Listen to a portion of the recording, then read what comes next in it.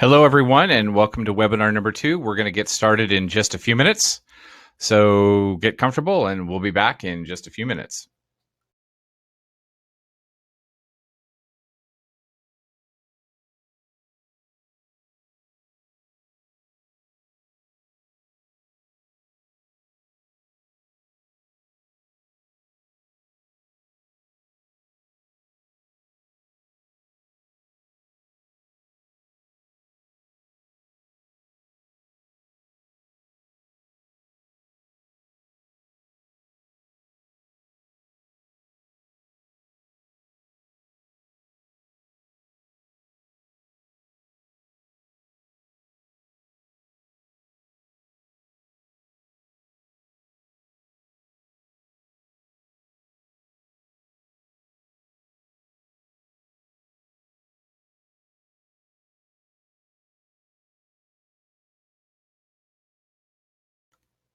Hi, everyone. Welcome to the webinar. We're going to get started in just a few minutes. So come on in and get comfortable, and we'll get started in a minute or two. So hang on.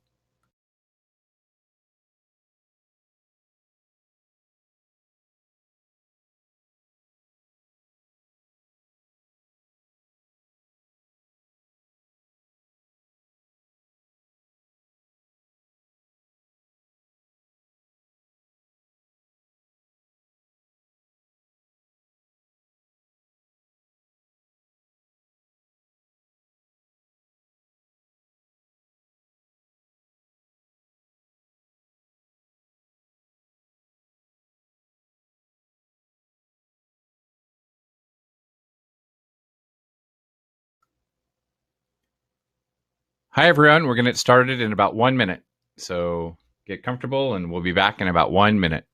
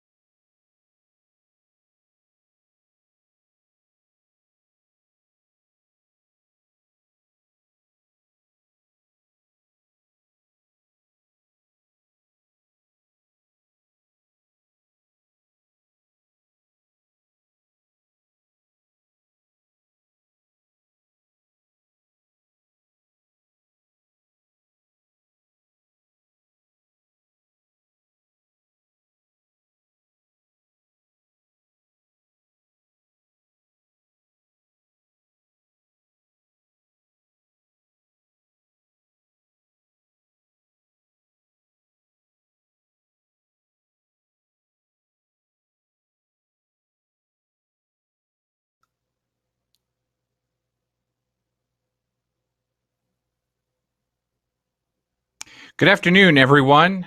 My name is Chris Murray, and I'm a technical marketing manager for the Unreal Engine Enterprise. Welcome to the Unreal Engine Design Visualization for Architecture webinar number 2. We are glad you are here. I am here with Fabrice Borelli, a professional 3D visualizer and all-around amazing 3D artist, and he's going to be leading us through some really amazing stuff today that's in the engine. So hopefully you all can hear me okay.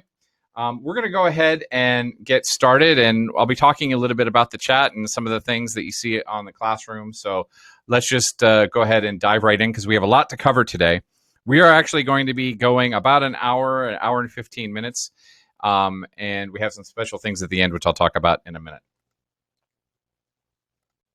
So for those of you that are relatively new to Unreal Engine as an architectural visualization tool, we just want you to know that obviously the Unreal Engine has been around a long time. We've been around for 18 years as a premium award-winning game engine. We've been making video games with our own tools, so we eat our own dog food, as it were, and we discovered about 18 months ago, or actually a long time ago, but we organized about 18 months ago a team of people called Epic Enterprise, which is dedicated to the issues and challenges surrounding enterprise companies, architecture, design visualization, automotive, aerospace.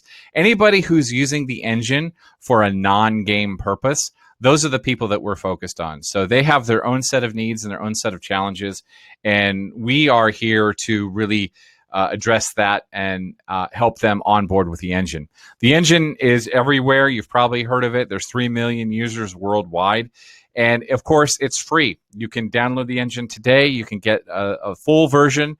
It's not a hobbled version at all. You get the full tool set, including the source code. So we are interested in providing some great tools for creators. So for this webinar, webinar number 2, previously on webinar number 1, it was just the introduction to the capabilities of the Unreal Engine in architectural visualization. The webinar number 1 is not a requirement for today. If you did not see that webinar, that's totally okay. It was kind of an overview, top of the waves type of discussion. And we can put a link to that in the chat here later today if you missed it. Today's webinar is really about the next steps, what we're actually getting into when we get into the engine. So if you've decided you wanted to use Unreal, we're going to be taking a look at some of those things. I'll be going over the agenda in a second. But I also want to let you know that coming soon, we have 3 more webinars waiting in the wings. We're currently creating them right now, webinar 3, 4, and 5 on lighting and post-production, materials, and intro to the Substance Designer application for architecture. Our friends from Algorithmic will likely be joining us for that. And of course, webinar number 5 will be VR production. All of those will be deep dives into the application and seeing how those things are actually done. So what we're going to cover today. So like I said, we have a lot to cover. So I'm trying to be as brief as possible because I want to get right to Fabrice. We're going to discuss the import process of 3D models. We're going to discuss working with UVs and light maps, lighting and materials, the pipelines around that specifically, post-process effects, and we're just going to touch on interaction. We're not going to go too deep on that, but we're just going to wrap up with that. I would like to invite you to stick around after Fabrice's presentation. We're lucky enough that the folks in development have given me the opportunity to do a technology preview of some tech that we're working on here at Epic to make the whole process of working with CAD data in a 3ds Max environment a lot easier. So you definitely want to stick around and see that. It's about a 5-minute presentation, but it'll be well worth your time. So a little bit of classroom business before I hand over to Fabrice. We have a webinar chat room and polls. And so over on the right-hand side of your screen, I think most of you have actually found the chat. If you can do me a favor, and if you see the little button immediately to the left of where you enter your message for the chat, if you click that button, you'll be given the option to either post a message or post a question. We're going to be doing QA at the end, so I would ask that if you have the opportunity, please post your questions as questions because they get siphoned off into a different list that we can then review at the end. So when you post a question like this, it will have a different icon, and that's how we're going to track questions. So if you could please make sure that you post your questions in that form, that would be great. We're also going to be doing a couple classroom polls. In fact, I'm going to go ahead and do a classroom poll right now so that we can give you guys a chance to use it. I'm going to go ahead and load a poll. And right now there's a poll running to see who attended our first AEC webinar. So if you could go ahead and answer that, that would be great, just so we can gauge who's new and who has seen our previous webinars. So, okay, good. It's very similar to the webinar we just gave for the Asia Pacific. So about almost 50-50. All right, great. And I'm going to do one more poll here just for the benefit of everybody so that we can gauge the room. I'm going to go ahead and end that poll. And let's go back here, reset the poll. And let's go ahead and pull in one more question before we get started. I'd like to kind of get an idea of everybody's experience with the engine so that we can know how to throttle the discussion today. So we'll give that just another minute to settle out.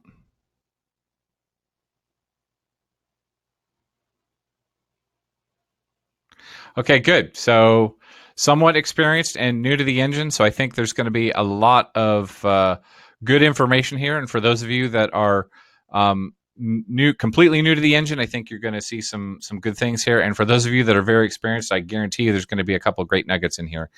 that you're going to be able to walk away with. So I'll go ahead and end this poll, and let's go ahead and get the ball rolling. I'm going to hand it over to Fabrice. So I'm going to go ahead and stop my screen share, and Fabrice, his presentation. I'll show my face a little bit. Hello, everybody, and let's get started. Thanks for the poll, Chris. That's really good to know. So hopefully you guys will learn some good things to get cracking, because, I think more than half the people will be beginner or completely new. So I'll share my screen now. And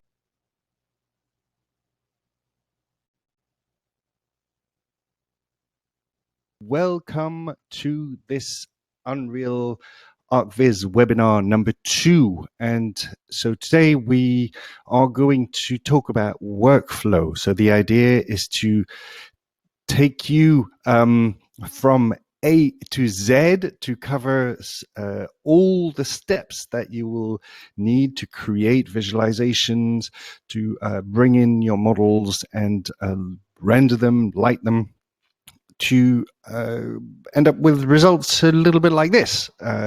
So we'll get started by comparing what I call these two workflows, two ArcViz workflows. So the first one is a V-Ray workflow, something where I'll assume that most of us are very familiar with.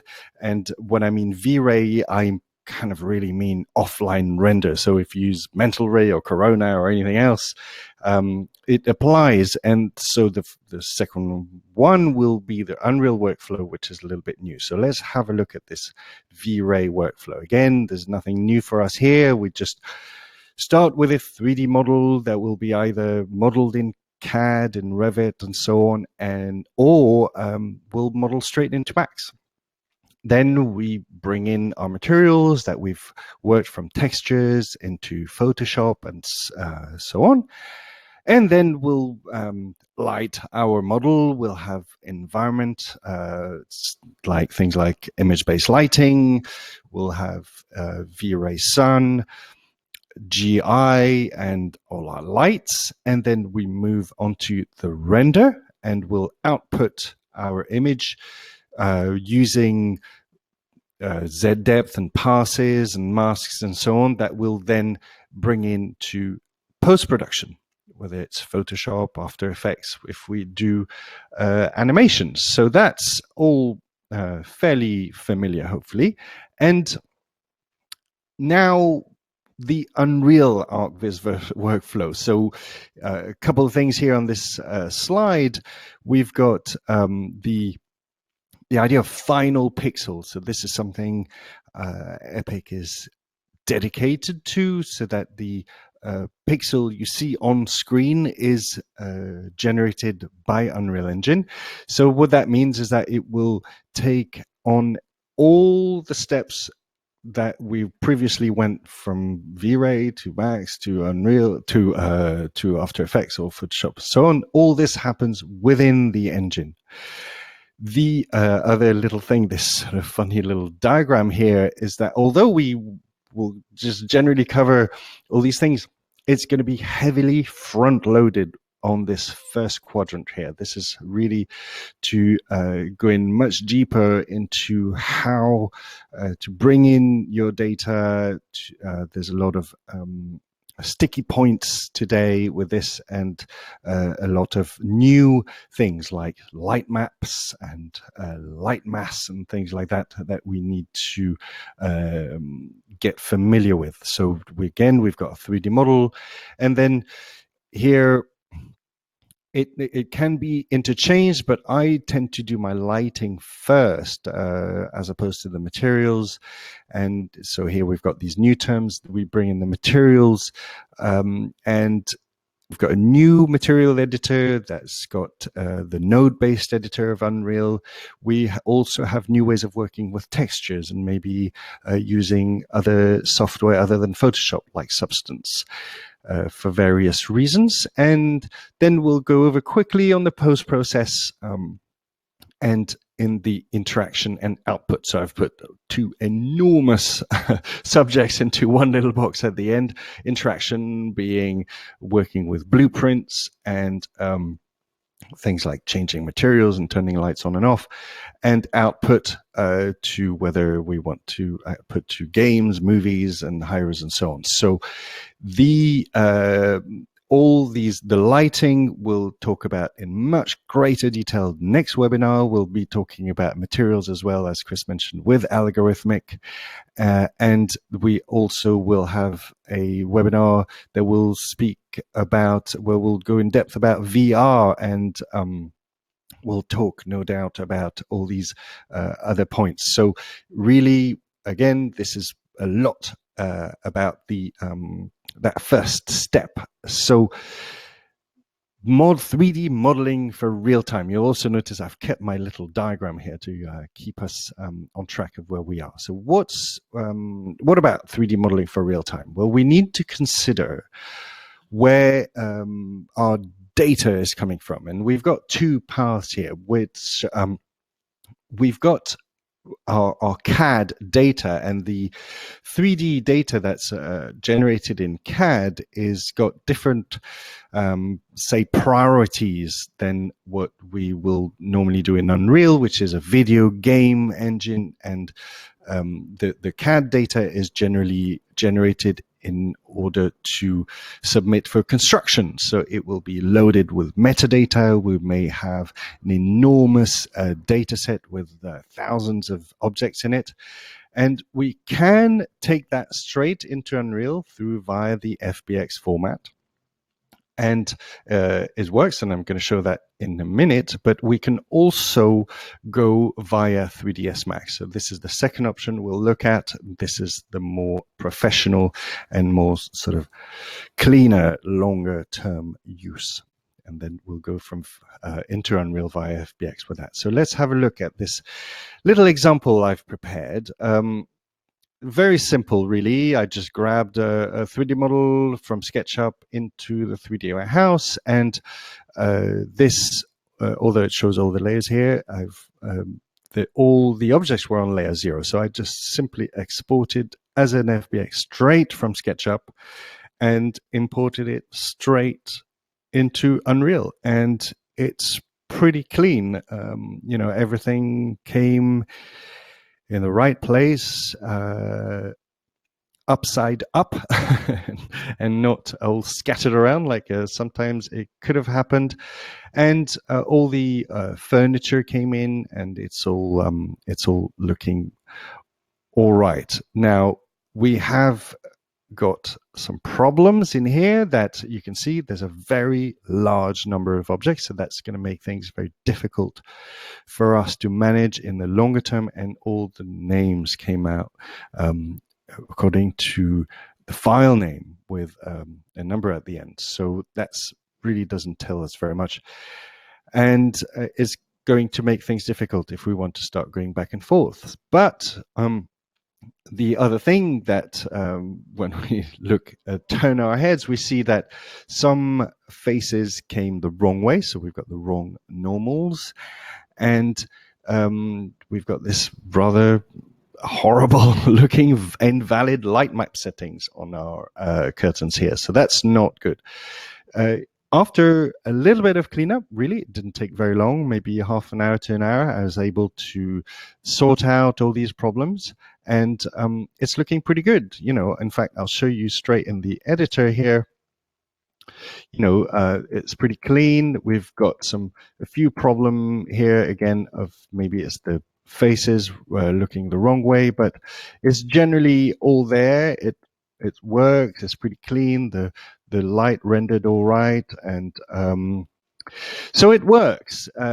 So I'm going to shut my files as I go and load up the new one while I talk, to save you from watching the file loading up. So here, yes, it works. And conclusion for this sort of first quick and dirty mode here is that it works for something that's very valuable in the process of working with a white card model. It's great for pre-visualization, for concept design, massing studies, lighting studies, and maybe looking at views for large-scale urban models, for example. So it's something that I would recommend to try out, and yeah, it works. The problem, as you see, is that it's going to cause us some problems later on if we want to manage some kind of workflow. So this is where the second option comes in.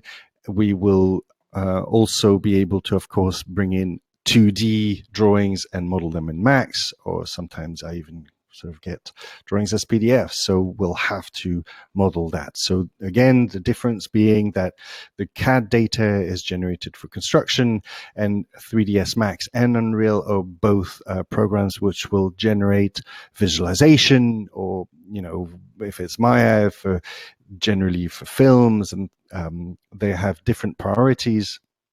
And we need to adapt our model going from CAD to visualization effectively. So what this workflow will bring us is the professional workflow.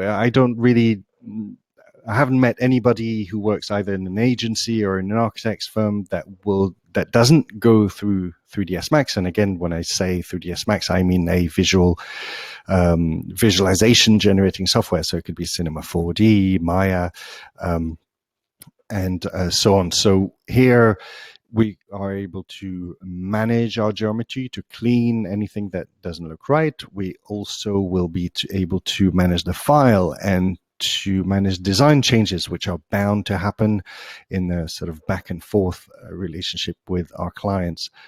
We will be able to optimize. So for those of you who saw the last webinar, we talked a lot about real time and interaction, and this is the real time will come as a cost, where if we just throw anything in there, it was very likely that at some point it will bring the engine to its knees, and we won't have any real-time experience. So optimization will be important.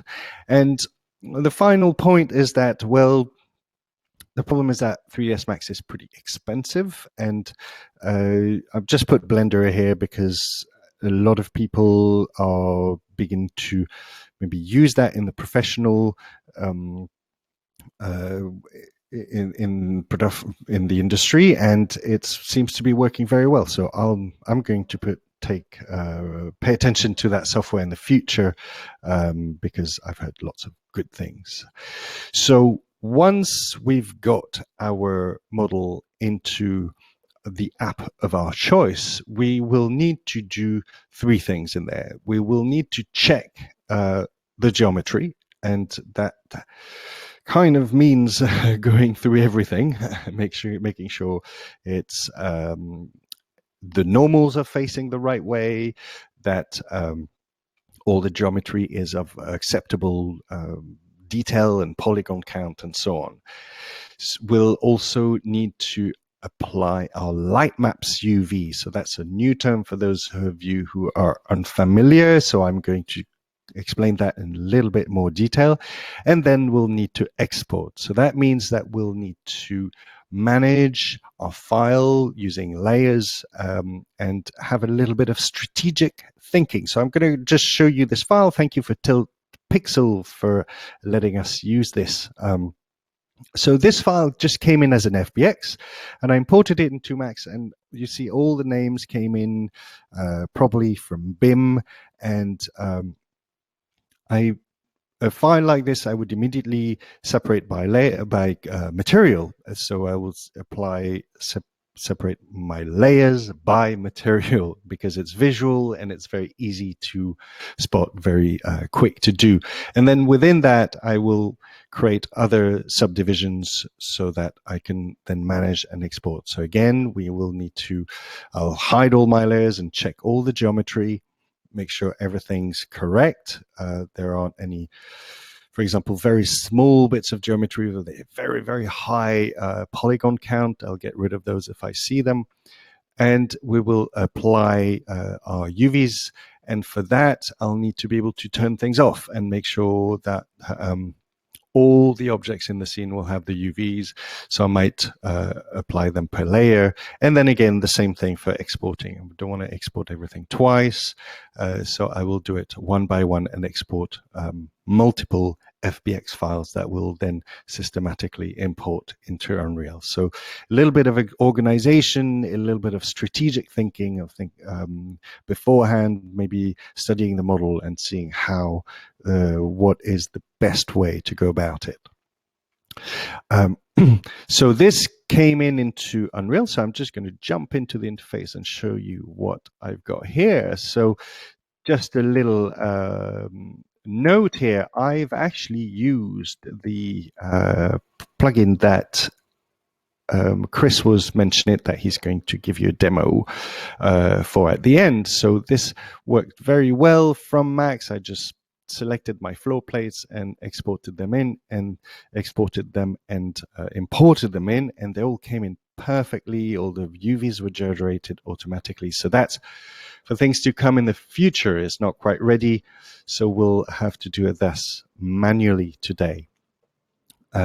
So the name, you'll see the name came in as the original name in the file, not the file name with number at the end. And another thing to be aware of is the capacity to use instances. So all these panels are, instead of importing all the panels that we've got in the Max file, you can see that there's only 3 different types of panel in the original file, and all of these are instances. So I'm going to give you a little example here. If I select my guardrail here for the handrail, this is typically the kind of thing that would take a long time to export, and you might want to collapse all the guardrails into one object and export them.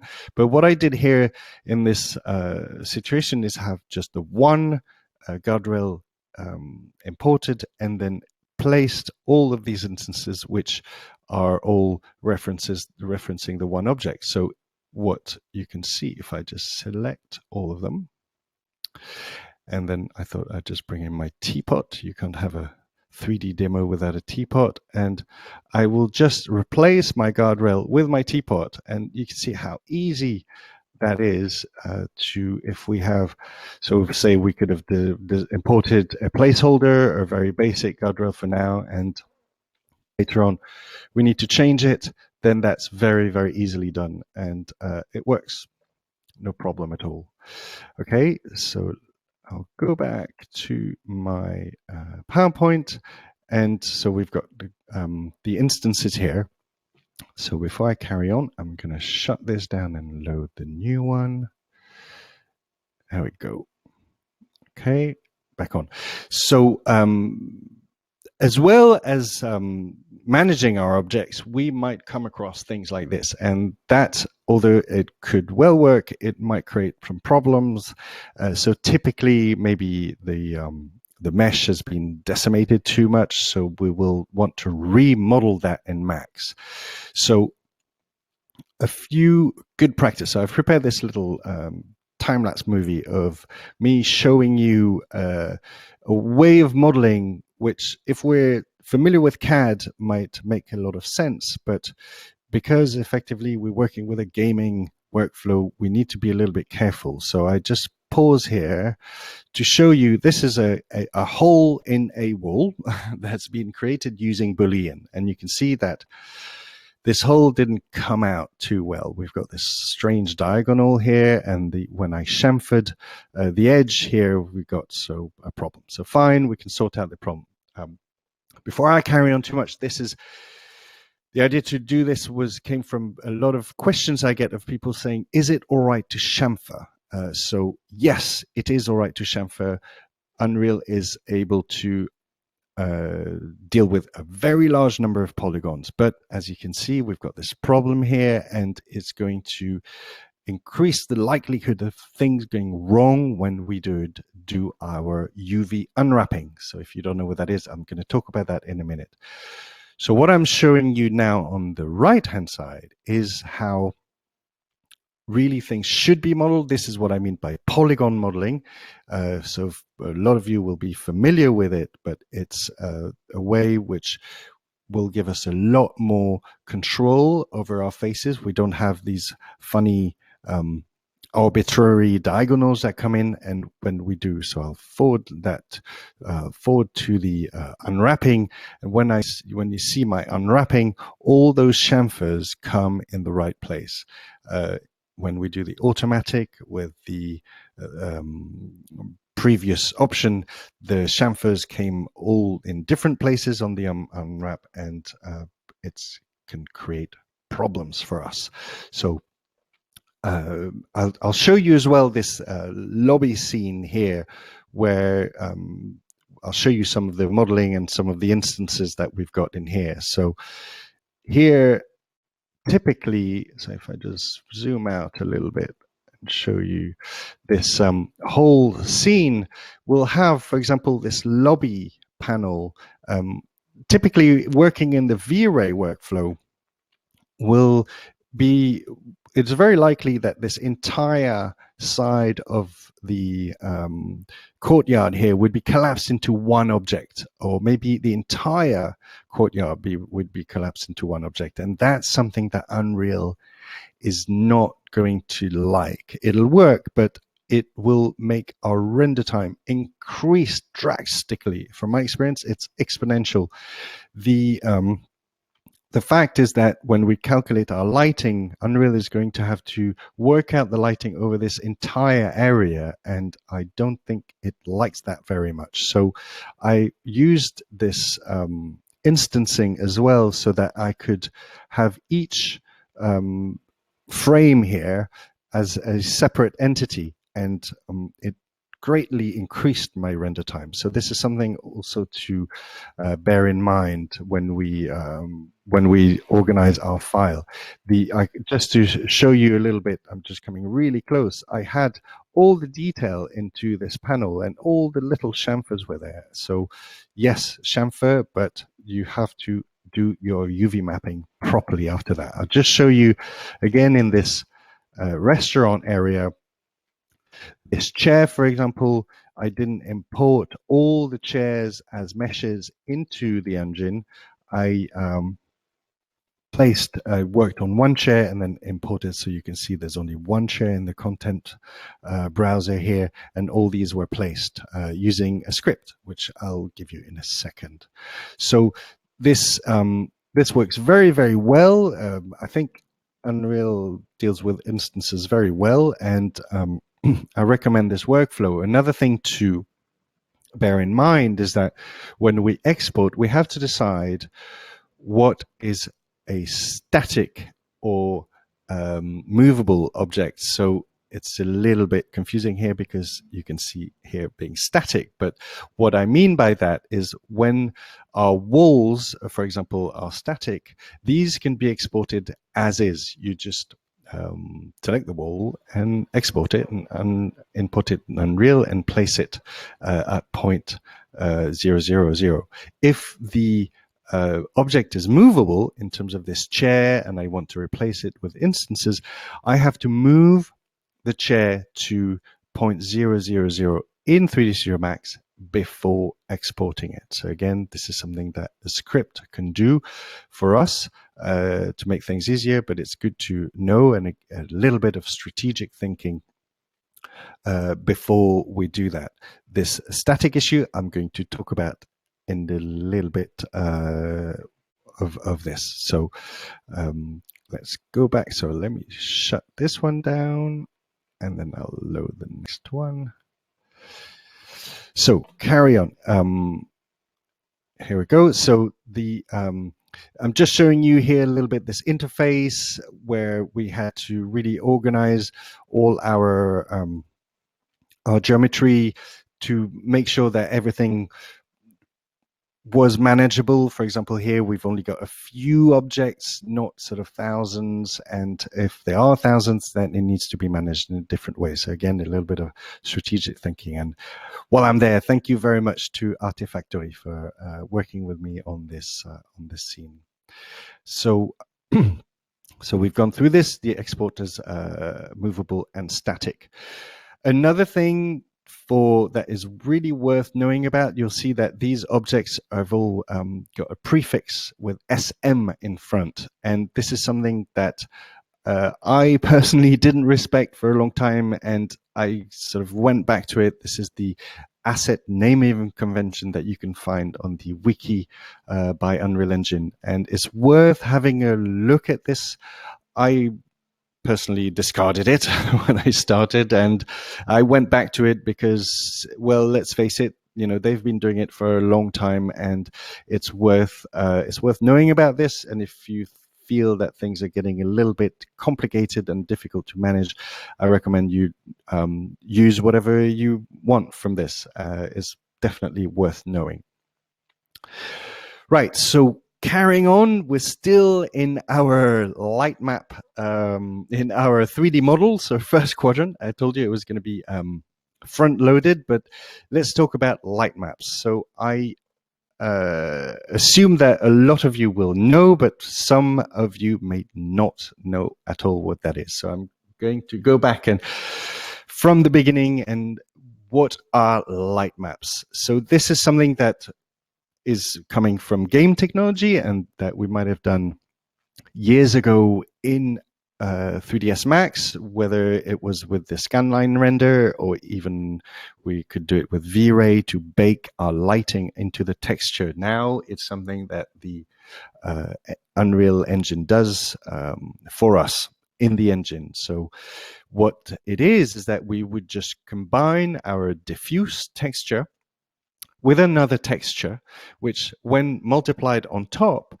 would give us the effect of the object being lit. So in this instance, it looks like a flashlight is lighting this wall. So this light map is a texture. And just like for our diffuse texture, we will need to give it a UV map. Now, the difference with the diffuse is that generally this texture would be tiled, and so we can give a box map, a UV a planar map, and these will be tiled. However, the light map can't be tiled because the lighting information will be all different on all different sides. So we need to unwrap the 3D model onto a flat texture so that we can apply this lighting. So to unwrap, it's the age-old problem of creating a 2D flat image from a 3D sphere, in this instance, the Earth. So you can see how the texture has been matched to the grid that's been unwrapped. And I like to think of it as wrapping up a present where we don't want any folds so we've all wrapped up presents, and it can be tricky for some of us. So this is, some people say it's an art form in itself, and there's many different ways of doing that. But this, you will understand that this texture needs to be properly unwrapped in order to give a satisfying result. So we have two ways of doing that. One, which thankfully is automatic and works 90% of the time. This is what I do. I think this is what most people do. We've got the scripts that will help us to do that. And there's the function flatten mapping in Max, which does it. Now, the second way is to do it manually, and usually that's to sort out the problems that the automatic way has created for us. So what are these? So before I talk about the problems here, are the most common scripts that most people use, and Chris will put those in the chats and check them out. So this Steamroller and the Auto Unwrap, they do the automatic unwrap for us, and this TS Tools is really the one that I use to export. So check out the webpage. There's very clear tutorials on there. It's very easy to use and very effective. So I really recommend you load that up to export your projects at the moment before the great tools will come online. So what problems do we see? Well, this is it. All I did is apply an unwrap UV onto my model, went to mapping and flatten unwrap. And this is what the automatic unwrapper gave me. And this does not look great, does it? It's begging to give us problems, and later on it just doesn't look clean. And so that's what the automatic will give for us. Most of the time it will work, and this even could be sorted out by increasing the resolution, which I will go over in a minute. But this is what we really want to see, something clean, something we can see very well, and that's the correct way. So again, I'm not going to go into more depth here. We'll talk about it more into the webinar about lighting. Just quickly here about the light map resolution. Once we've got this into Unreal Engine, we want to control the resolution of our light map, because again, it's a texture and a low resolution. So what I've done here to explain the resolution is compare it to DPI. So DPI, we've got a high resolution. We're going to have a high precision printout on high DPI, and it's going to take a long time. It's going to be very precise. When we work with coarse resolution, like here you see on this blue grid, then we will have a much coarser, lesser quality lighting calculations, but it will be much quicker. So this is effectively how fine our lighting calculation, and that's going to be by overriding the light map resolution. So we'll talk about that again in a minute. So finally, move on to the next quadrant, which is lighting, which light map brings us into. So just, Chris, I think we've got a poll for this. Has anybody heard about deferred and forward rendering? So let's see.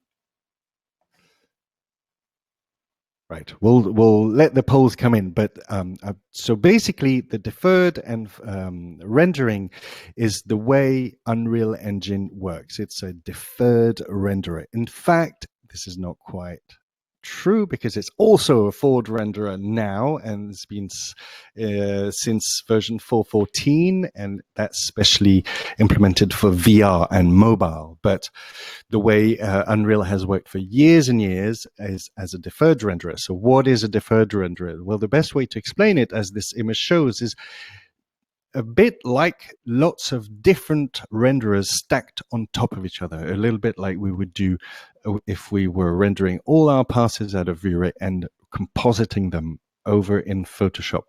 So these renders are independent and will work on top of each other, as opposed to the forward renderer, which is the way V-Ray works, which will fire a ray from the camera, and when that ray hits a piece of geometry, then it queries it and solves the equation there and sends back a pixel. So so I'll just go over this sort of the lighting in sequence, if you want, in Unreal, and show how that deferred rendering affects us in our workflow. So we've got a few new things. We've got the skylight, which will effectively take the information from the environment and throw that as light on our model. So we've got, in the skylight, we can plug in the default sky, we can have HDRIs, but we can also have blueprints, which will enable us to give us different amount of flexibility. We will also have the environment color. So for example, in V-Ray, in the forward renderer, if we use a V-Ray skylight, our environment color will be negated. The skylight will override the color in the environment slots. So whereas in Unreal, the skylight, the environment color, can act on top of the skylight. So that's good to bear in mind. Also, the atmospheric fog will greatly contribute to the lighting of our scene, something that we would not have, for example, if we were to create the fog into post-production, which would be quite common in a V-Ray workflow. So the fog won't contribute to the lighting of the scene in that instance. Moving on, we've got a direct light. There is no sun. So we have the V-Ray sun in the V-Ray workflow. Here we just have the direct light, and the specificity of a direct light is that all the rays are parallel, which will mimic our sun. Then we have the light mass, which is the GI solution for Unreal, and that light mass will calculate the light bouncing around from the objects. In this little diagram here, it shows the floor, but if we have architecture or an interior, it will calculate all the light bouncing around between the different surfaces.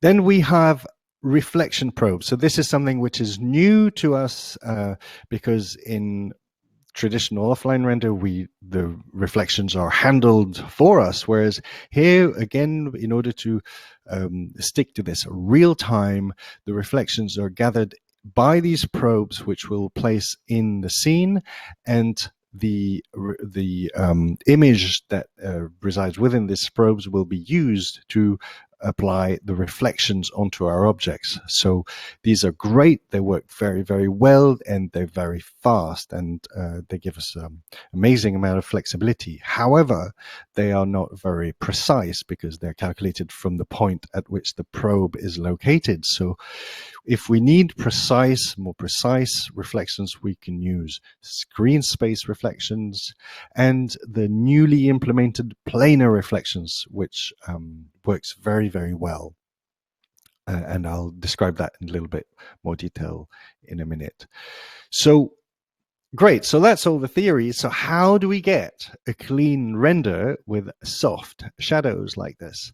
Well, I'm just going to take you into the scene here, into the settings that I've used for this. So I've got a skylight, but first thing I'd like to point out the use of these light mass portals, which you'll find in your modes panel. And I really recommend the use of these because from my experience, they make the lighting calculation much cleaner. They tell Unreal where the openings, so where to concentrate the rays of the skylight in order to calculate the global illumination. In the skylight itself, I used a flat gray cube map in this instance. And so I'm not going to go into much detail how to generate those now, but we'll talk about it more into the lighting webinar. And I've got an intensity of 10, which is fairly common for to have a higher intensity for interiors. And here I bumped the environment intensity of this color to 100, so that's really high, and that enabled me to throw lots of light into the interior. Just for those of you who know a little bit about light mass already, these are the settings that I've used: 0.75 for the static level lighting scale, and the lighting smoothness 0.75 also, and that works very well for me. So I just consistently use these settings, none of the 0.01 and things like that. And also the lighting quality here was on 8, but it really was for the final render. When I was working, it was between 1 and 4, just using the standard values here from that Unreal provided us with. Okay, so here I'm just going to talk a little bit into the interface about these light map settings, just to express that this number that we give. So if I just find my light mass settings here, for example, if I click on the floor, so in order to get this mode, we can either go to light map density here in the optimization view modes, or I just have the keyboard shortcut Alt 0. So for every model that I work in, I spent quite a long time in this mode looking at this very matrix-like screen here. And so you see that I pay just attention to how fine my grid here. We may be tempted to enter one value for all the geometry when bringing the model in. So for example, 256, 512s, 1024, and then we'll consider 1024 to be a high value, but it doesn't really work like that in the sense that you see this floor is on 840. And by the way, I don't necessarily plug in power of two numbers in there. This 840 value has worked well for me.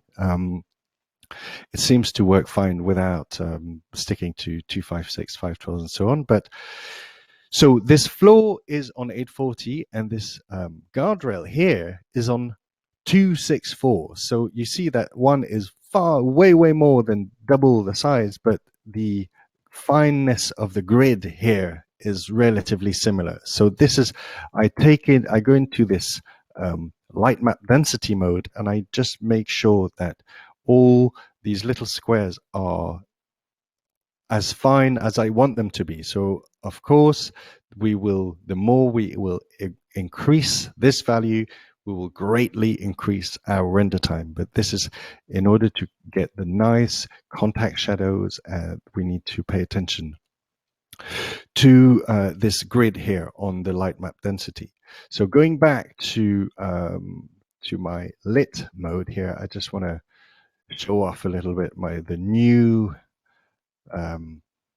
volumetric fog from version 4.16. So that works really well, and there's really good fun. So while I'm there, I just talked to you a little bit about the lights, and we've got the skylight basically with these different modes of static, stationary, and movable. So anything that is static or stationary as a light, and you see that my skylight here is on stationary, is going to be taken into account when I calculate the light mass. So the GI will be baked into my geometry from a static and stationary light. Now, because I wanted the sun to be movable so that I can play with it, maybe do an animation or play with this this new fog here and play around, then I had to enable this to be movable. So you see that if I've got it back on stationary, Unreal Engine here puts this preview everywhere because I've moved the sun and my lighting is not valid anymore. So in order to make a light interactive, you have to set it to movable, and you'll see that when I turn it off, then it doesn't have, I turn it back on, it doesn't have any effect on, for example, the ceiling or the walls. The light isn't bounced around. So you can see again the different renders at work where I've turned my sun off and the lighting still works in this scene, and then the sun, the light of the sun is applied on top of the calculation here. Another thing about the static and movable light, if later on you want your client to be able to turn them on and off, then you may want to make it movable here. In this instance, it's a bit confusing because I had it on stationary for the light calculation, but when I turn this light off, and you see that there's still, because the lighting has been baked in, we still have the lighting onto the geometry. So in that instance, if I wanted this light to be interactively turned on and off, I would have set it on movable and not allow its lighting to be baked into the light mass solution. Okay, right. So moving on, because clock is ticking. Light map settings, static dynamic, we've looked at that. So moving on to material. And before I go on, I will load my new project. Light maps. So materials. So we've got something quite new here, which is the nodes. So this is very powerful, and there's a lot of very intimidating things like this palette here and all these functions and a lot of maths and multiplying and also all this stuff. So I'd just like to say that if you're starting out, just ignore all this stuff. Really, you just need a few, maybe 4 or 5 nodes to start building really complex and very beautiful materials. So I'll show you a little bit the workflow that I use, and I like to try and bring things back to what I know. So here we've got the material editor from Max, and we've got a slot for a texture map, and then we've got a intensity, a number that is going to give us the intensity of that texture. So before I carry on, just explain a little bit that we've got material. I've set up a simple material here in Unreal, and what Unreal allows us to do is create an instance of that material and to plug in different values. Now, these values can be tweaked in real time into the engine, and you saw that being demoed if you saw the first webinar. So going back here, I set up a structure like here in this diffuse slot is quite typical, where I have a texture, and then I will have a value that will multiply this texture. So that will allow me to make this texture darker or lighter. It's not exactly the same function as this value here, but it gives me something that I'm familiar with. So here, metallic specular roughness, I was a bit lazy, and I just had the value. So these values are not just numbers. In fact, it is a single value that represents 3 values, which are RGB, the red, green, and blue of a color. So if I plug in just one single number, that means I'm plugging in a gray value, which will be the same number for RGB. Another thing to know about these numbers is that they go from 0 to 1. So for example, here, the 0 to 1 expresses the fact that everything works in a high dynamic range in Unreal. So for example, here in Max, we see this color picker being from 0 to 256, which is a little bit confusing because that's the sort of 8-bit, old 8-bit workflow. So here we don't really have this problem anymore. Everything's high dynamic range. Okay, so the other thing that we really need to get accustomed with is this PBR workflow, physically based rendering. So what that means is that, for example, in this, this is a screenshot for Megascan texture libraries. So these textures are changed a little bit how we work, because we can't really start grabbing any photo of the internet and putting that in. It's the old diffuse is now called albedo, and these textures actually take quite a lot of time to generate. The albedo is without any lighting information, so it's just pure color, and then we've got these roughness, displacement, normal, specular, and so on. So it's a little bit different. We can acquire these textures on different websites like here, or there's also Substance, Substance Designer here, which allows us to generate these nodes. So we've got the base color, roughness, metallic, and so on straight out of the box. So this is again something we'll have to maybe look at in the future. So what does this workflow mean really on a day-to-day basis? We talked about the albedo already, so that's just the base color. Metallic, this is just, as I see it, an on-off switch. It's either 0 or 1. The material is either a metal or not. So I guess most of the time it'll be 0. So that makes things easy. And again, this is something that it's a rule that begs to be broken for us artistic-minded people.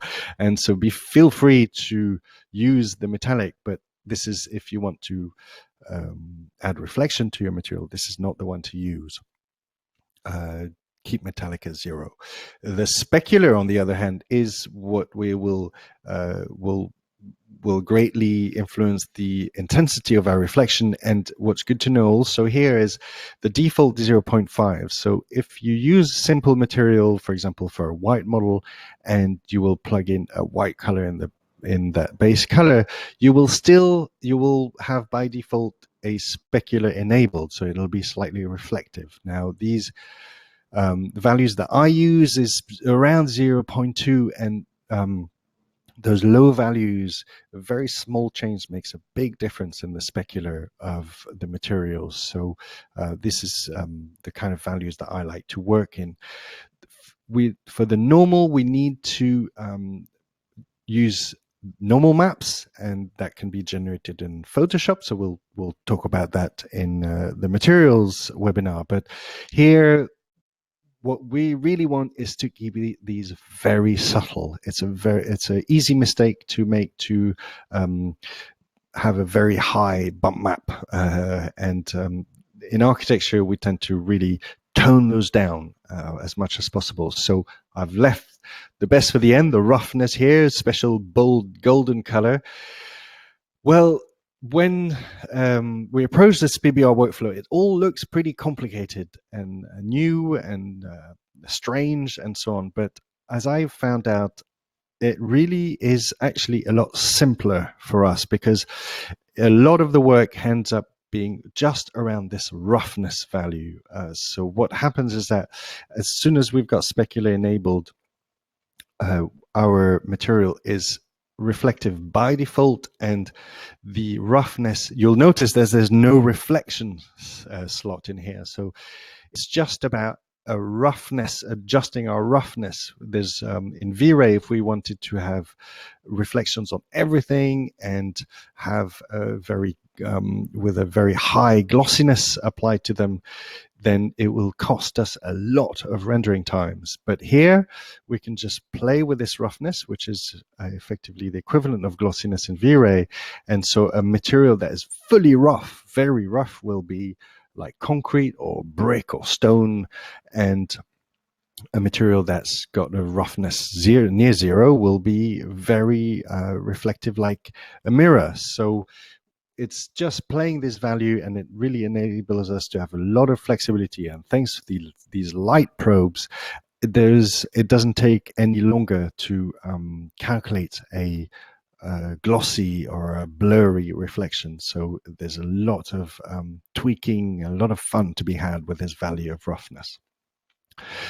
So talking about reflection probes, we've got two different types to play around with in Unreal. The sphere reflection capture is works very well. It's more suited to exterior environments, where it's going to bring in the image of a sky dome and apply that to a material. Now we've got the box reflection capture here, and this is more suited to our architectural spaces, which will usually be made of straight walls. So this is one to use in this instance, but they're a little bit trickier because they have an overlap, and so they take a little bit of fiddling and getting used to. The thing to remember to take into account, though, is that they come in by default at quite low resolution, and in architecture, well, reflections are very important. And so you can go back, if you go to the edit and you go project settings, click on rendering down here, and then here you've got the reflection capture resolution, and I really recommend you bump that up.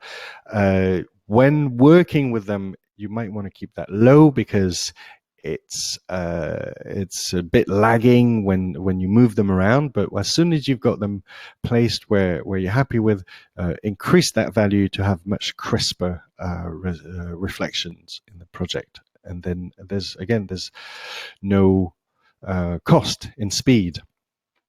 Now, For the floor, I tend to always use planar reflections now. It works very well, and it gives us very accurate reflections. You can see that here, these columns line up perfectly on the floor, and they'll be accurate reflections as opposed to the light probes, which will only give us the accurate reflection right from this point here. So planar reflections, though, are very costly in render time, so to be used with care. Here, I just wanted to show you a little bit about this material, this floor here. So you can see the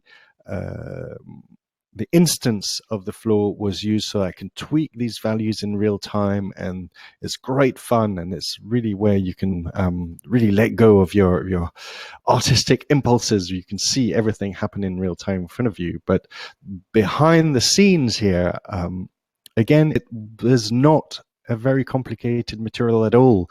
I just use this multiply node, which is pretty straightforward, multiplies, and then this lerp node, which is short for linear interpolation, which just does the same thing that our mix map would do in 3ds Max. Enables me to take two different textures, and they've got a different tiling pattern, and they added on top of each other according to a third black and white image. So that's how I created this floor here. You can see that the metallic and specular were straight grays. And again, I reiterate, a bit more work was done on the roughness. And here I used another linear interpolation mode. Here there was a little bit of fiddling with the normal, but nothing fancy. So a couple of quick tips. We need to take into account the fact that in a real-time engine, we're free to roam around, and we can literally put our nose right up against the texture. So low-res textures won't do. So 2K and above really is the way to go. Unreal can take up to 8K textures, so this is greatly going to help us in the look of our models. So another thing about Substance Designer here is that once we've worked on our textures, we can literally output to any size. So here we've got a 4K, and all I had to do is move this slider going from 256 to 4K. And there's no cost in time. If we wanted to increase the size of a texture in Photoshop going from 1024 to 4K, for example, that would be pretty difficult and may even be impossible. So that's another one here. And quickly on the a quick one that took me ages to find out, actually. So that's why I thought I'd point it out. Here we've got in our material editor this tiling value here that I use a lot, and the tiling here and the UV map modifier. So in order to do that quickly and simply in Unreal Engine, we just have this text chord node, and we just add a multiply and multiply it by number. As simple as that, and it works very well. So if any of you are stuck like I was, this is the way simply to do it. Okay, so moving on quickly now, because I'm running out of time. Post-process.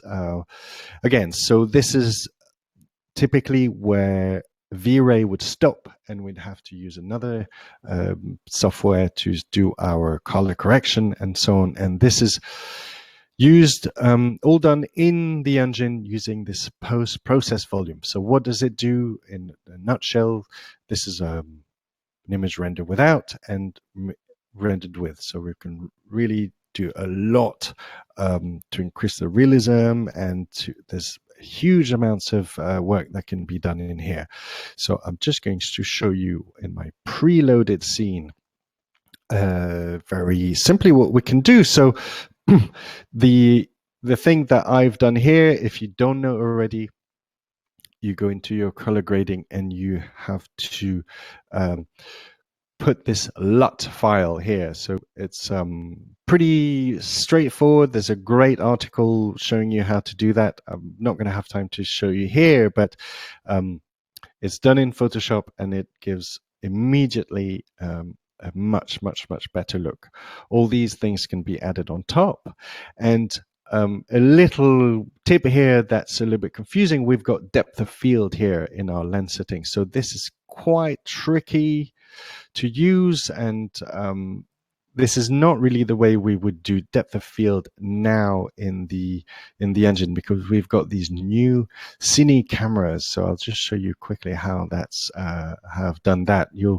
If you select your Cine camera, you can you'll see that there's lens settings here. So that took me a while to find out as well. It was hidden here, and I've got my minimum f-stop. So I put that down to a unrealistically low value, 0.2. I don't think there's any lens in the world that goes that low, but that enables me to change my aperture here and go very low. And so you'll see that if I decrease that aperture to very low settings, it gives me a very blurry foreground and a very blurry background. So if I just change my focal length here, and when I use this draw debug focus plane, that enables me to choose where my focus is going to be in the image. So if I just leave it around these chairs here, the chairs will be, so here I've got it in an absolutely enormous value. So I'll move this value back up and bring it to more decent value, and you'll see that this area here is in focus and my foreground is out of focus. So that's just a quick tip that works very well. Obviously you'll see that the aperture doesn't affect the exposure of the scene, which it would normally do in if we worked with a real camera. So here we'll have to go back to our exposure. So I'll talk about more stuff to do with the post process into the next webinar. Okay, so just quickly finishing off, because I know that Chris is edging to show you his technology preview. I've got this interaction output in massive subject. Quickly for navigation interaction, we want to use the templates. If you haven't done so, make sure you check out the VR templates and the first person shooter. You can disable the gun, and that works very well. There's an ArcViz pawn that exists if you're familiar with these things. So try this out. I've not got to great detail into that yet. And with the output, just to say that if you're a freelancer, you're working in-house and you want to provide services using Unreal Engine, there's already great demand just to show things in the editor. So pressing F11 and the key G on your keyboard will allow you to really be in game, and there's plenty to be done doing client presentation this way. The VR editor in the VR mode in editor is if you have got VR Oculus or Vive and you haven't used that, I really recommend you have a go. It's still experimental, but it's really worth getting used to that, because I think it's the way we're all going to work in the future. So you might as well jump on the bandwagon. And then again, high-res stills and the rest we'll talk about in the future. But again, mobile VR, I think, is the most difficult. We've got a lot of new things to deal with when enabling VR navigation, and when we add that the mobile, the different, the lower power of mobile phone, then that makes it very difficult. So plenty to do in terms of output modes to provide services in the visualization industry. Just quickly here, if you want to output high-res stills, do check out this NVIDIA Ansel plugin. You can output 360, but you can also output stills up to 60,000 pixels. So that's enormous, and it only does it in a couple of minutes. So it works very well. Right, so that's it. If you want to know more, I've got a YouTube channel. You can check it out. Subscribe. There hasn't been huge amounts on there, but there's lots more coming. So subscribe and stay in touch. And then you can go on to my website. I've got some courses. You just click on that course there. And any questions, just feel free to get in touch. There you go, Chris. Is it all warmed up? It is. Great job, Fabrice. Thank you. All right. Thanks. Go ahead and turn off your screen share. There you go. Great. So, all right. Thanks, Fabrice. That was a ton of information. And I'm even there taking notes. I'm like, oh, hey, I didn't know about that. So great job there. So what I want to do, though, is we have some time left. I want to jump into our technology preview. I know a lot of you have waited around to see it.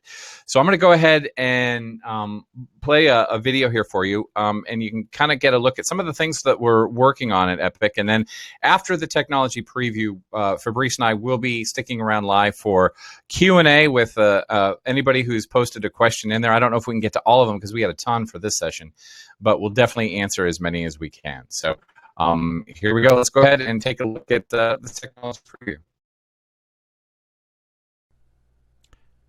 Okay, so we're going to take a look at a technology preview of some things that we're working on at Epic. The goal here is that we want to make the adoption of the engine super simple for people who are doing design and architectural visualization. And we want to address some of those workflow issues that we're currently seeing with people who are using the engine. The biggest hurdle at the moment is getting data in a fast and efficient way. While there are certainly lots of different things to be considered when you're moving data into the engine, if we can shave off, a certain percentage of that work and make it a lot easier to do it, we believe that will really benefit our customers who are using the engine. So we've created some technology that really automates and accelerates that process. So I've got a V-Ray scene here, and it's V-Ray very specifically. We recognize that a lot of people are using V-Ray for their work in 3ds Max, and we think it's important to try to replicate that workflow as closely as possible in the engine. So I've got a V-Ray scene here that has V-Ray materials. You can see I just have some real simple V-Ray materials set up at the moment. I also have some V-Ray lights. So if I choose my light filter and I select the lights, you can see I have some V-Ray IES lights in here. I also have a standard V-Ray area light there. You notice that some of these lights are just white lights and some of them are colored. So pretty simple setup. I also have some CAD geometry in here. If I click this and zoom in on it, you can see I have a CAD model of a radio that came over. Thanks to Adrian Wise for sharing that with us. And finally, you'll also notice that I do have some cameras in the scene. I have a standard camera here, and I also have a physical camera here. So two different types of cameras in the scene. Let's go ahead and move these things over to the Unreal Engine so you can kind of get an idea of some of the things that we're working on. So I'm going to go ahead and choose File, Export, and I'm just going to overwrite one of the files that I used previously. So we'll just say yes to that. So I've blurred out some of the things here, but you can see that basically we have some choices about some of the things that we want to assist with in terms of moving data from Max over to the Unreal Engine. So we have a couple of different settings there, but again, there's no guarantee that any of these things may actually end up in whatever piece of technology we should make available. So I'll just go ahead and say export to there, and we'll let this thing export automatically. We'll say OK there, and we're done. Now let's hop over to the Unreal Engine. So now you can see I have an empty level here in the engine. I'll just go ahead and do File, Import, and we'll go get that preview file. And again, just blurring out a couple of things, but you can see we're going to have more options here. And we'll go ahead and import everything. And this does take a few minutes, so I won't cut the camera away, but I will actually accelerate this so that we're not sitting here waiting.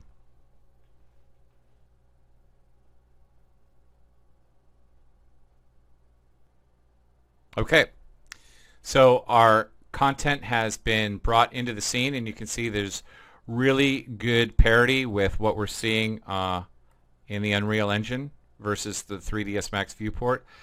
You may also notice that all of the materials are hooked up. We recognize that that's a big challenge sometimes, so we want to automate that workflow. Again, it's not necessarily a one-click solution, but it's as few clicks as possible. We're trying to make it easy and simple and quick to get your content into the engine. So you can see that our lights are here. Those have been brought over. You'll notice those are V-Ray lights over in the scene. Our area light has come over. Also, the individual cameras that we had in 3ds Max, both the standard camera and the physical camera come over, and each one of these cameras is different in Unreal. This is the standard camera in Unreal, and this is the cinematic film camera that's in Unreal. The other thing that we should take note of is in our world outliner, all of our objects have come over. We've respected max layers. If I choose the layers tab, you can see those are the same layers that we had in 3ds Max.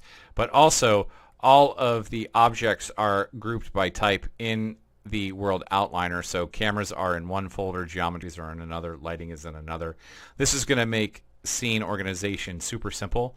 We recognize that scene organization is a really important part of the workflows into the engine when you're coming from places like 3ds Max or other CAD packages. We know that that is going to be really important to you. You can also see that everything has been organized in our content browser. File folders have been created. Everything is in its right spot. You'll notice that each individual object has been brought in as a separate FBX file. So you can work with them in the engine or in 3ds Max. You're not stuck working with one single FBX.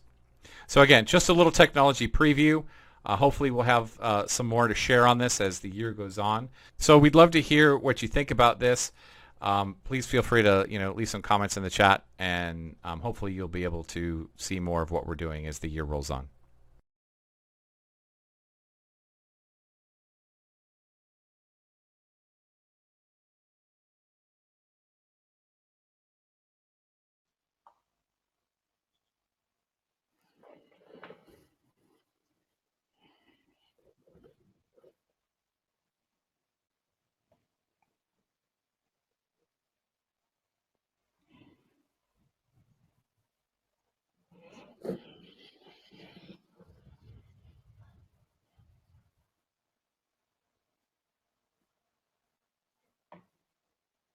Yeah, I saw.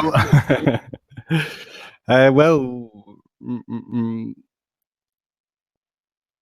yeah. So I saw some really, really great questions. So, thing about somebody was talking about VXGI and real-time global illumination. A lot of people have been talking about that, and that's great, but it's all experimental at the moment. So I think in the future won't have to do a lot of this stuff. I know that there's been an announcement by V-Ray. They're beginning to look into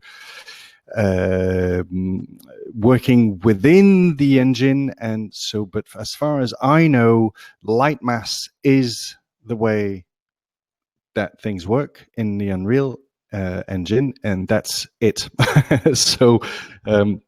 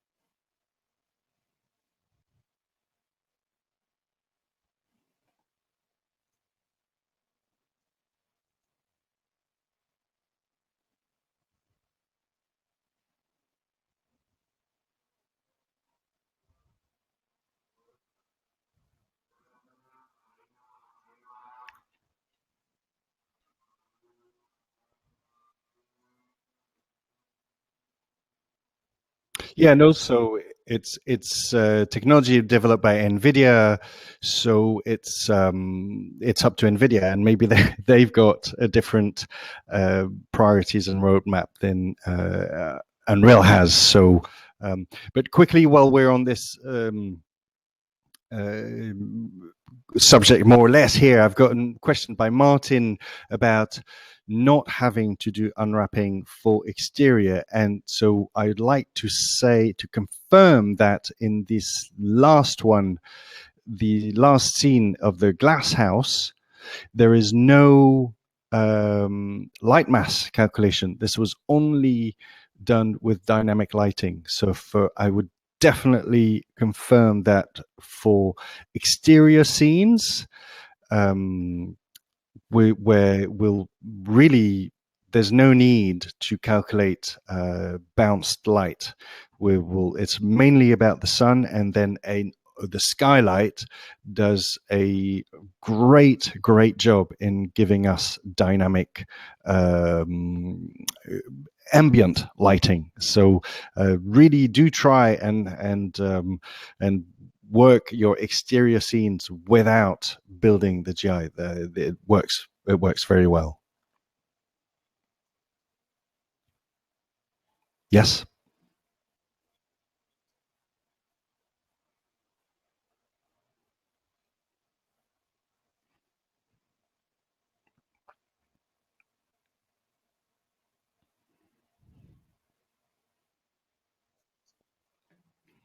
Yeah, can you guys see and hear Chris? If you can or cannot, can you just mention in the chat so that no, because I can see and hear him. Well, while we're waiting for that, I can see a question coming up about base lightmass.ini. Okay, carry on. Yeah, so base lightmass.ini. I do not touch it anymore. And it's confusing because there's been a lot of talk about that in the forums, and this was in versions before 4.12, and obviously that's still live, so we can read that. But Epic have done a lot of work under the hood about optimizing these settings for the base light mass, and there might, if you're really advanced and you know what you're doing, by all means feel free to dig in there and make changes, but I don't see the need. And the problem with making changes to the base lightmass.ini is that every time you're going to upgrade, you're going to need to go back in there, and then you have different values for which one are they? They've got preview, medium, high, and production, and I tend to prefer to work on production levels. So but it will need to be re-edited if I want to work with low values and high values, and so I don't see the need. It's everything that you see from me is without editing the lightmass.ini. I think it's I've seen posts from Epic saying they've made the changes so that it works. Right. So I think I'm back. Yeah, I can see you.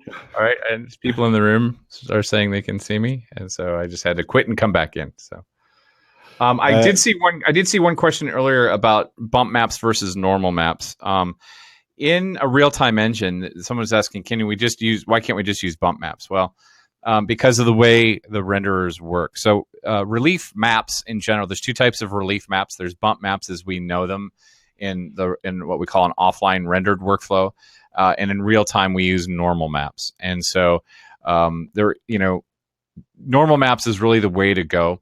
And if you're using, if you have a bunch of materials, and I know we'll probably get into this in one of the future webinars when we start talking about Substance and Substance Designer, but Algorithmic has an application called Bitmap to Material. And if you do nothing else, check out this app. It's kind of like the entry level app for the Substance ecosystem. And what you can do is you can input any one diffuse map, and it will calculate, prepare, pre-flight all these different real-time maps that you might need for an engine, including a normal map. So you can get, from putting in a diffuse map, you can get a bump map if you're doing a rendered workflow, but you can also get normal maps and specular maps and roughness maps. And you can then export those bitmaps and plug them into your materials in the engine.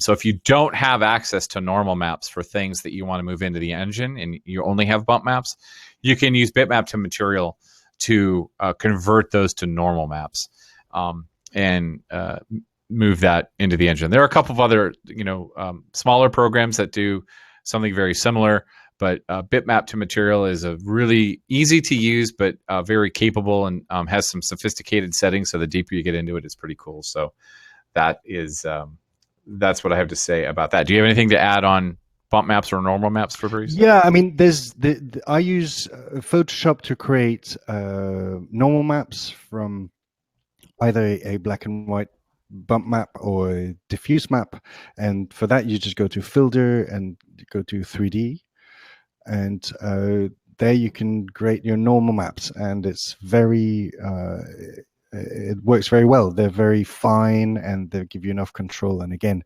turn it down. That's the only thing I would say is we want to just have the slightest of information into those normal maps, and they will work very well. But yeah, I'd say go with Chris. We just need to embrace these new this new workflow, and normal map is definitely the way to go. Someone mentioned Twinmotion. I just want to reference those guys real quick.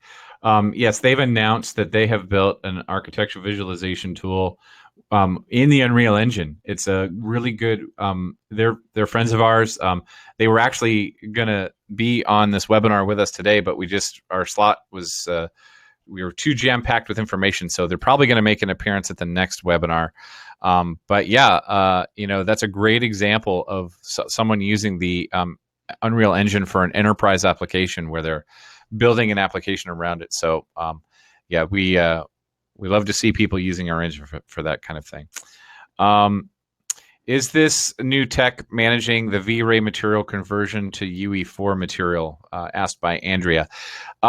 Our goal with that technology preview is as close to one-to-one parity with V-Ray as we can. That includes light end materials. So obviously, there are some things in the V-Ray material library system that aren't necessarily going to be supported directly within the engine. So we'll probably do some kind of conversion or something like that. But our goal is, to be as V-Ray friendly as possible. And I saw a link in the chat. Someone had posted some photos to a V-Ray presentation at EUE in Amsterdam a couple weeks ago, which I was also at, by the way. And I was not in that presentation because I was actually giving my presentation at the same time. But yes, I mean, we're very excited that V-Ray has chosen the Unreal Engine to be the real-time engine that they primarily support. And, they are working on workflows. Our preview that we showed today is really only a small part of what we have planned. There's a lot of discussion in the chat today about Rhino. We are hearing that a lot, and we're accelerating our plans for what we're going to do with Rhino. A lot of people are using that, and so I would anticipate that we could, I don't want to put a date or a promise or anything like that, but we're really looking at how we can improve workflows from Rhino into the engine, just like we're improving workflows from 3ds Max into the engine. Have we got time for a few more? We do. We're okay. We're if it's okay with you. Khan here was talking about modeling in Rhino and exporting to UE4. So this is exactly kind of what I was intending, showing that export from SketchUp. I've imported models straight from Rhino, and actually they've come very well. So I'm not quite sure how you mesh your scenes before, but it's not necessarily a bad combination, Rhino and UE. Again, I would say if you want to keep control, it's better to go through a 3D app that's not CAD, so like 3ds Max, Blender, Cinema 4D, whatever, but to be able to check your geometry before you send it to Unreal, you're going to have less problems. With regards to the UV, if the model is a mess, then the automatic UV is probably going to come out as a mess. So it's something that we've got to do something. Right. So we can't just click a button and do it all for us. In 3ds Max, there's a tool called XView. You can find it on the viewport label. If you in 2016, 17, and 18, if you click the plus sign on the viewport label, there's a command in there called XView, and that gives you the ability to look for open edges, to look for overlapping vertices, to look for isolated vertices, things that are really going to muck up your engine playback, or maybe even crash it. So using XView in 3ds Max is a good way to kind of tweak your models and tweak your geometry. Check it out. So again, I had a couple of questions on how to do here. Question from Carmine: how to sort properly many objects in a project, and somebody was asking me how I did this instancing. So that's all using this TS Tools script for 3D Studio Max. So have a look at that page on the link, and it's very straightforward to use. Maybe it takes a little bit of playing around to get used to it, but that's how I would recommend to deal with very large objects, very large number of objects, especially if they're all the same, like posts. Yes. And in the preview that I showed, I don't know if you caught the tail of the preview, but when we were bringing those objects into the Unreal Engine, we were organizing the scene by layer and by object type, and each individual object was its own separate object, still in its actual place as it was in 3ds Max. So technology that we're working on, we realize the value of TS Tools and what they're doing there, and we're looking at that as well. Great. And there's a question: why is UE4 free for visualization? It's not just visualization; it's free for everybody. Well, because Tim Sweeney is the president of the company, and he's he wants people to Unreal. Unreal has been making games and making the engine available for 18 years, and so currently, in terms of making money, we're still a game studio, and people who use our engine, who get our engine for free, and then make a video game and sell it, we get a royalty as part of the end user license agreement. In enterprise, people aren't making titles that they are selling. So I think the root of your question is, how are we making money? So, it depends. You can still use the engine for free. You can do whatever you want with it. At some point, some of our larger customers, they get to a point where they need a little bit more help, or they need some tech support, or frankly, there are some companies who are using our engine, like Boeing, who are government contractors. They can't use free software, so we have to have a mechanism in place to contract with them. So we do offer, as part of the enterprise offering, we do offer seats that are available for a fee, and with those you get greater levels of support. You get access to the Unreal Developers Network. You get just more access into the company to work on and solve your project. So hopefully that answered your question. I see here a question by Philip: best way to switch between materials by code. So this is something that's very actually simple to do, but you'll need to go into blueprints for that. We won't have time to show you how to do that, but maybe in the materials webinar, we can do a little blueprint demo. Right. Yeah. Okay. Danielle asked for how about support for Mental Ray? Not at this time. Mental Ray is not used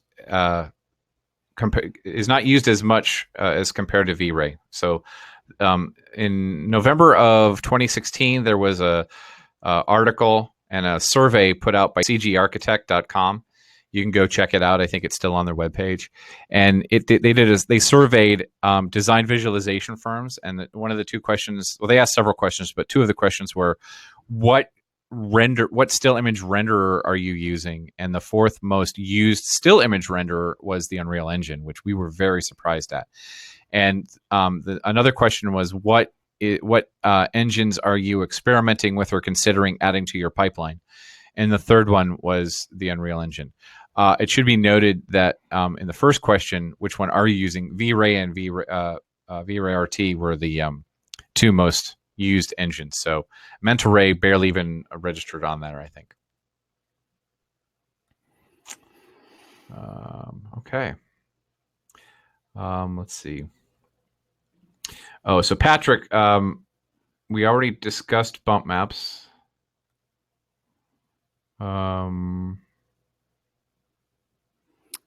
Bridget has said, what is the model issue you are showing here? Not quite sure where that was referring to, but I guess it's 3ds Max.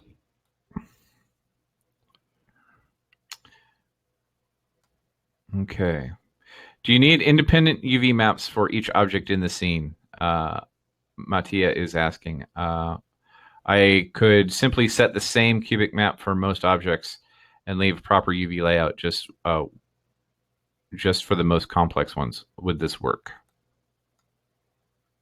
Well, you want to actually all of your objects should have individual UVs. So, I mean, that's a given. I'm not sure I understand where you're headed with that question in general about cubic maps for illumination.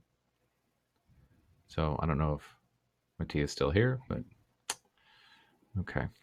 All right. So just maybe last one. Daniel here was saying, how do you export a single solid from 3ds Max, but instead, well, not a single solid, but instead many different components? So this is the way to do it. You just export selected only. You don't export the entire scene. You just select your objects, select your layer, and only export a few at a time as one FBX, and then so you will end up as several FBX files, and sometimes you'll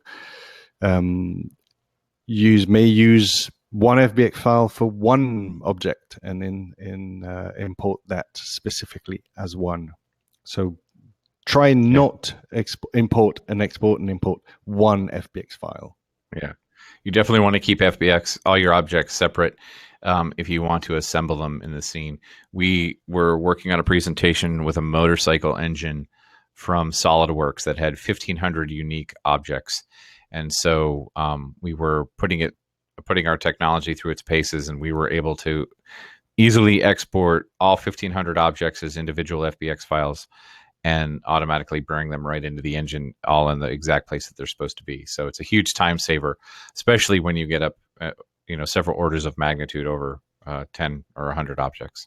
So, all right, everyone. Well, I'm really grateful that you all stuck around for the QA. I hope the webinar was a good experience for you. Please let us know. A replay will be available of this webinar shortly, so hopefully you should be getting a link fairly soon. I would like to thank some people. I want to thank Adrian Wise and TiltPixel for providing 3D assets for us to use today, and also in my presentation, the furniture in there was courtesy of TurboSquid, so I want to thank those folks. Again, if you have any questions, keep communicating with us. Keep an eye out for webinars 3, 4, and 5. They'll be coming fairly soon, and I hope you guys got a lot out of this webinar, and I want to say thanks to Fabrice for doing a great job. Pleasure. All right. Thanks, everyone. I'm going to go ahead and shut down the live chat and or the room, and we'll see you guys in the next webinar. Bye, everyone. Bye.